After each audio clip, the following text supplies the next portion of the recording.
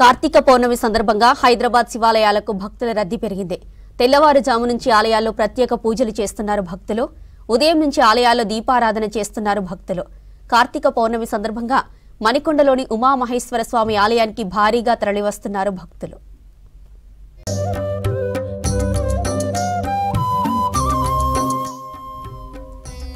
కార్తీక పౌర్ణమి సందర్భంగా హైదరాబాద్ శివాలయాలకు భక్తుల రద్దీ పెరిగింది.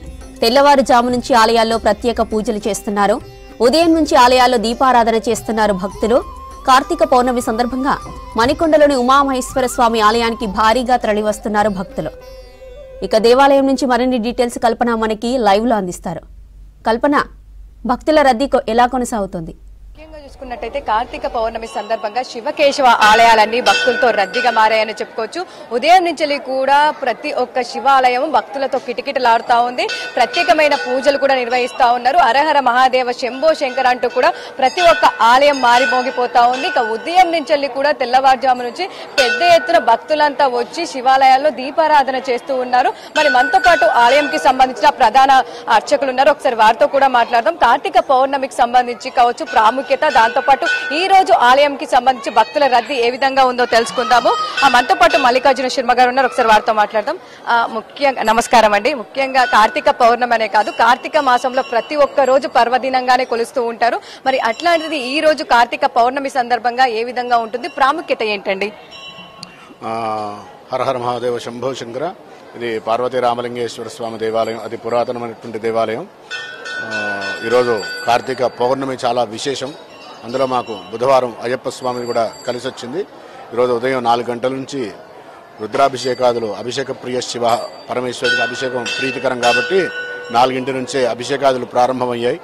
దాదాపు ఇప్పుడు 7వ బ్యాచ్ అభిషేకం నడుస్తుంది. అదే కాకుండా కార్తీక మాసం దీపాలు కూడా మాకు ఇక్కడ ఉసిరి చెట్టు, రావి చెట్టు వీటి కింద దీపాలు కూడా పెట్టుకుంటారు. అదేవిధంగా దీపదానాదులు, స్వయం పాకాదులు అవన్నీ కూడా ఈరోజు సాలగ్రామ దానాలు ఇవన్నీ విశేషంగా దేవాలయంలో జరుగుతుంటాయి. మధ్యాహ్నం 1 వరకు కూడా అభిషేకం కంటిన్యూగా జరుగుతూ ఉంటుంది. ఇప్పుడు 7వ బ్యాచ్ నడుస్తుంది అభిషేకానికి సంబంధించి. తర్వాత స్వామివారికి అలంకారం చేసి సాయంత్రం మళ్ళీ 5 గంటల నుంచి అర్చనాదులు ప్రారంభమవుతాయి. తర్వాత 7 గంటలకి పల్లకి సేవ, జ్వాలాతోరణం, తర్వాత మహాజ్యోతిర్లింగార్చన అనేటువంటి కార్యక్రమంతో ఈ కార్తీక పౌర్ణమి ఈ రోజుతో ముగుస్తుందమ్మా. ఇక్కడ ముఖ్యంగా కార్తీక పౌర్ణమి అంటే ప్రత్యేక ప్రాముఖ్యత ఉందని చెప్తూ ఉంటారు. ఈ రోజు స్వామివారిని దర్శించుకున్నా, దీపారాధన చేసినా ఎట్లాంటి పుణ్యం లభిస్తూ ఉంటుంది? పరమేశ్వరుడు కోరిన కోరికలు సులభంగా ఇచ్చే పరమేశ్వరుడు కాబట్టి ఆయనకి ప్రీతికరమైనటువంటి రోజు ఈరోజు కార్తీక మాసము పౌర్ణమి కాబట్టి ఈరోజు ఉసిరికాయలో ఆవు నేతితో దీపం వెలిగించి దీపదానం ఇస్తే చాలా విశేషం. అంతేకాకుండా ఈరోజు అభిషేకం చేసుకుంటే సంవత్సరం అంతా కూడా అభిషేకం చేసుకున్నంత పుణ్యం వస్తుంది అనేటువంటి ప్రీతికరంతో ఈరోజు ఈ కార్యక్రమాలన్నీ కూడా చేసుకుంటారమ్మా. ఉదయం నుంచి భక్తుల రద్దీ ఏ విధంగా కొనసాగుతా ఉంది? దాదాపు ఎంతమంది వచ్చారు? గత సంవత్సరం ఎట్లా ఉంటుండే? అంటే సంవత్సరం కూడా పెరుగుతూనే ఉన్నారు. ఉదయం నుంచి అయితే బాగానే ఉన్నారు. ఇప్పుడు కొద్దిగా తగ్గింది. మళ్ళా 10-10:30 నుంచి కాస్త భక్తులు పెరుగుతారు.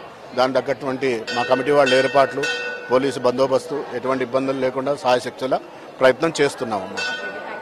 ఒక్కసారి కూడా మనం చూసుకోవచ్చు, దాదాపు పెద్ద ఎత్తున భక్తుల రద్దీ అయితే కొనసాగుతుందని చెప్పుకోవచ్చు. ఓ పక్క శివాలయం, మరో పక్క అయ్యప్ప స్వామి ఆలయం, మరో పక్క రేణుకా ఎల్లమ్మ తల్లి ఆలయం. ఇట్లా ఒకే ఆలయంలో కూడా మనకు దాదాపు ఇతర దేవుళ్ళు కూడా ఉండడంతో కూడా పెద్ద ఎత్తున భక్తులంతా వచ్చి స్వామివారిని దర్శించుకుంటూ ఉన్నారు. అదే విధంగా దీపారాధన కూడా చేస్తూ ఉన్నారు. ముఖ్యంగా చెప్పుకోవాలంటే కూడా మనకు ఈ ఆలయంకి సంబంధించి, ఈ మణికొండలో ఉన్న ఉమామహేశ్వర ఆలయంకి సంబంధించి కూడా ప్రత్యేకంగా మనకు దీపారాధన కార్తీక పౌర్ణమి కావచ్చు, కార్తీక మాసంలో కావచ్చు చేయాలంటే చాలా వరకు ఉసిరి చెట్టు కింద, రావి చెట్టు కింద చేయాలని చెప్పేసి చాలా మంది భావిస్తూ ఉంటారు.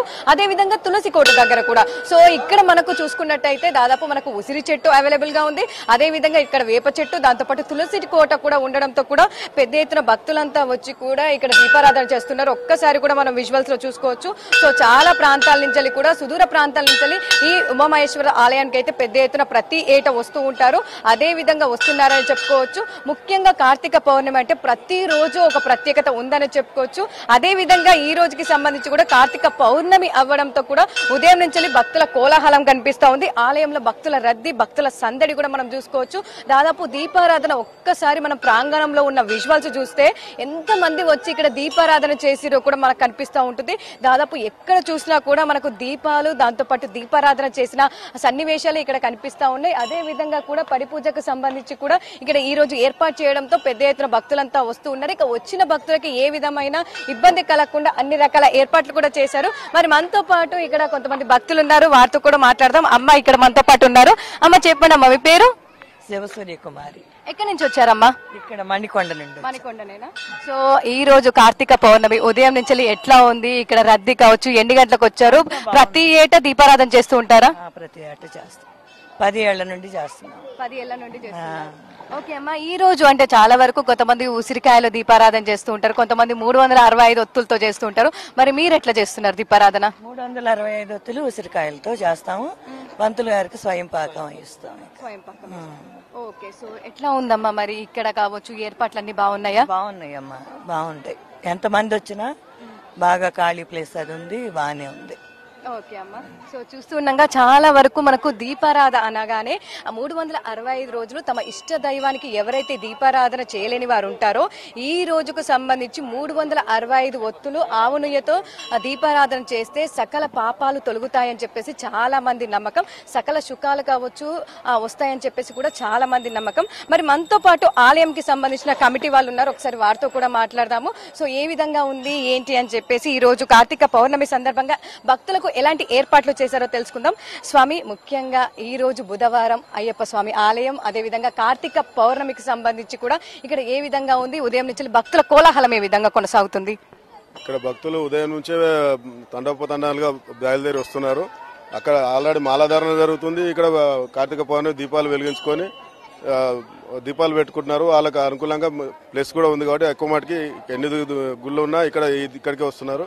మళ్ళీ సాయంత్రం జ్వాలాతోరణం ఉంటుంది, పల్లకి సేవ ఉంటుంది. ఇంకా ఈ ప్లేస్ కూడా సరిపోదు. సాయంత్రం వస్తే అసలు పార్కింగ్ రోడ్డు మీద కూడా ట్రాఫిక్ జామ్ అవుతుంది, చాలా ఇబ్బంది అవుతుంది. గత సంవత్సరం దాదాపు ఎంతమంది ఆలయంకి విజిట్ చేశారు స్వామి? ఈ సంవత్సరం ఎంతమంది వచ్చే అవకాశం కనిపిస్తా ఉంది? దాదాపు 10,000-15,000 మంది ఆల్రెడీ ఇప్పటికి వచ్చారు, ఇంకా వస్తున్నారు.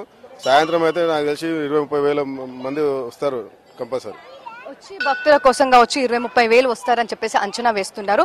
వారి కోసం ఏ విధమైన ఏర్పాట్లు చేయడం జరిగింది? ప్రత్యేకంగా ఈ ఆలయంలో ఉసిరి చెట్టు కావచ్చు, రావి చెట్టు కావచ్చు, తులసి కోట దగ్గర దీపారాధనకు సంబంధించి ఏ విధంగా ఏర్పాట్లు చేశారు?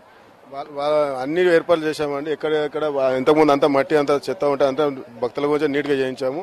మొత్తం గొడవ కూడా అంతా ఇటు తక్కువ ఉంటే అవన్నీ చేపించి భక్తులు ఎక్కడంటే అక్కడ కూర్చొని వాళ్ళు పూజ చేసుకోవడానికి ఉండే విధంగా చేశాము. సో చూస్తూ ఉన్నాగా ప్రత్యేకంగానైతే మనకు ఏర్పాట్లు చేశామని చెప్పేసి ఇప్పటికే ఇటు ఆలయానికి సంబంధించిన కమిటీ వాళ్ళు కూడా చెప్తూ ఉన్నారు. ఇక ప్రతి ఒక్కరు కూడా విశాలంగా వచ్చి దీపారాధన చేసుకునే చేయడం జరిగింది. ఒక్కసారి కూడా మనం ఇక్కడ దీపాలకు సంబంధించి కూడా చూసుకోవచ్చు. దాదాపు కూడా శివుని ఆకారంలో, శివలింగం ఆకారంలో కూడా ఇక్కడ దీపాలు ఏర్పాటు చేసి వెలిగించి దీపారాధన కూడా చేయడం జరిగింది. అదే విధంగా కూడా ఒక్కసారి కూడా రావి చెట్టు కింద కూడా మనం చూసుకోవచ్చు. ఆ పక్కనే నవగ్రహాలు ఉన్నాయి, అదే విధంగా రావి చెట్టు, ఆ పక్కనే తులసి చెట్టు, ఇటు పక్కన వేప చెట్టు.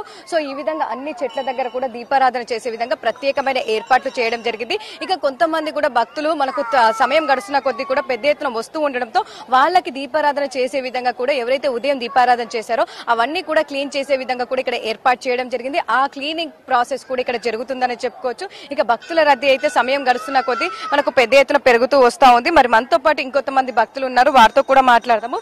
ఎక్కడి నుంచి వచ్చారు, ఏ విధంగా ఉంది, దాంతో పాటు ఈ రోజు దీపారాధనకు సంబంధించి కావచ్చు. ఒక్కసారి కూడా మనం చూస్తూ ఉన్నాం కదా, భక్తుల రద్దీ అయితే సమయం గడుస్తున్న కొద్దీ కూడా పెరుగుతుందనే చెప్పుకోవచ్చు.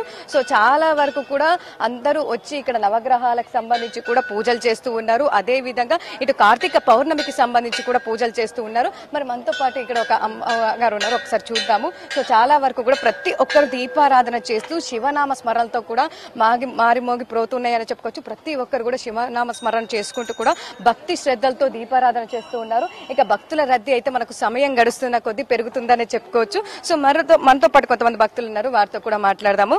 అమ్మ చెప్పండి అమ్మా, సో కార్తీక పౌర్ణమి సందర్భంగా ఆలయంలో ఏ విధంగా ఉంది? ప్రతి ఏటా కార్తీక పౌర్ణమి వస్తూ ఉంటారు ఆలయానికి? ప్రతి సంవత్సరం పుట్టిన దగ్గర నుంచి వస్తూనే ఉన్నాము. అదే జ్ఞానం వచ్చిన దగ్గర నుంచి చాలా బాగా ఇక్కడ చాలా బాగా జరుగుతుంది. ఎంత బాగా చేస్తారు. భక్తులు కూడా చాలా మంది వస్తారు. కానీ పురోహితులు కూడా చాలా బాగా చేస్తారు. చాలా బాగా చేస్తారు. తృప్తిగా ఉంటది వచ్చినందుకు. ఎట్లాంటి మొక్కులు ఉంటాయి అంటే కార్తీక పౌర్ణమి రోజు ఈ విధంగా చేయాలని చెప్పేసి? నోములు కావచ్చు. స్నానం తెల్లవారుజామున లేచి బ్రహ్మముహూర్తంలో స్నానం చేసి దీపారాధన చేసుకుని తర్వాత గుడికి పోయి దీపారాధన చేసుకుని ఇంట్లో నోము చేసుకొని సాయంత్రం కూడా దీపారాధన చేసుకొని మళ్ళీ గుడికి మళ్ళీ వచ్చి మళ్ళీ ఇక్కడ దర్శనం చేసుకొని ఇంటికి వెళ్ళి అప్పుడు పలహారం చేస్తాం. ఓకే అమ్మా, దీపారాధన చేశారా? మరి మీరు ఏ దీపారాధన చేశారు? కొంతమంది ఆవు నెయ్యితో కావచ్చు, 365 ఒత్తులతో కావచ్చు, అదే విధంగా 365 ఒత్తులతోనే ఆవు నేతితో స్వచ్ఛమైన ఆవు నేతితో 365 ఒత్తులు వెలిగిస్తాం ఈ రోజైతే. ఓకే అమ్మ, కొంతమంది ఉసిరికాయలో కూడా దీపారాధన చేస్తూ ఉంటారు కదా, మీద దీపం పెట్టి అది కూడా బ్రాహ్మణులకి దానం ఇస్తాం ఈ రోజు. చాలా మంచిది అలాగిస్తే. ఓకే అమ్మా, ఈ రోజు దీపారాధన చేసినా కావచ్చు, బ్రాహ్మణులకు మీరు చెప్పినట్టు కావచ్చు, స్వామివారి దర్శించుకున్నా కావచ్చు, ఏ విధంగా అనిపిస్తూ ఉంటుంది? చాలా సంతోషంగా ఉంటది. అదొక రకమైన భక్తి పారవశ్యం అదే. ఓకే అమ్మా, సో చూస్తున్నాగా ఓవరాల్ గా చూసుకున్నట్టయితే మనకు శివాలయాలలో భక్తుల రద్దీ కొనసాగుతుందని చెప్పుకోవచ్చు.